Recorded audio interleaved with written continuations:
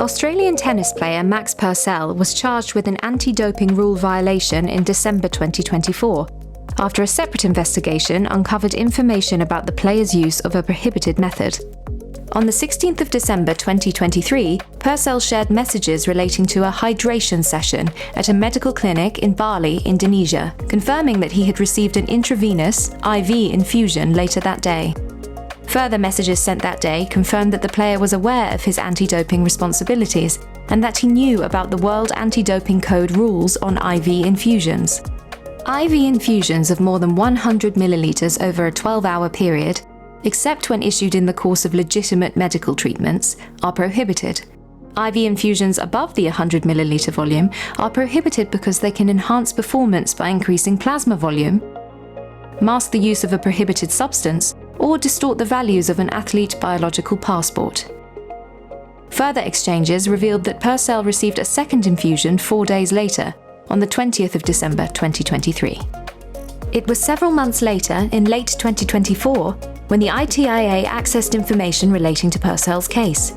A full investigation was launched, including interviews with the player and an assessment of evidence on the player's mobile device.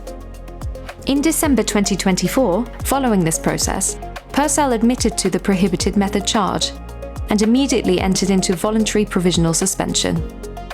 Further documents and evidence were provided by the player in support of their case, including confirmation from the clinic that both of the infusions were 500 milliliters, 5 times the allowed limit. During the course of the investigation, Purcell shared relevant information helpful to the ITIA relating to a separate case, known in the World Anti-Doping Code and Tennis Anti-Doping Program rules as providing substantial assistance, which would allow for a reduction to their overall sanction.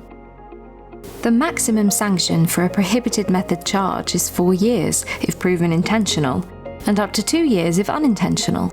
If a player can demonstrate that they took preventative measures to reduce risk, or that they were not at fault, the sanction can be further reduced. The ITIA did not have sufficient evidence to prove intent, but the player could not demonstrate any reduction in level of fault or negligence. As such, a 2-year suspension with a 6-month reduction for substantial assistance was agreed between the player and the ITIA, with time served under provisional suspension credited against the sanction. The player will forfeit results, ranking points, and prize money from the date of their first prohibited infusion and their next negative doping control test, which was provided on the 3rd of February 2024. Purcell's period of ineligibility will end on the 11th of June 2026.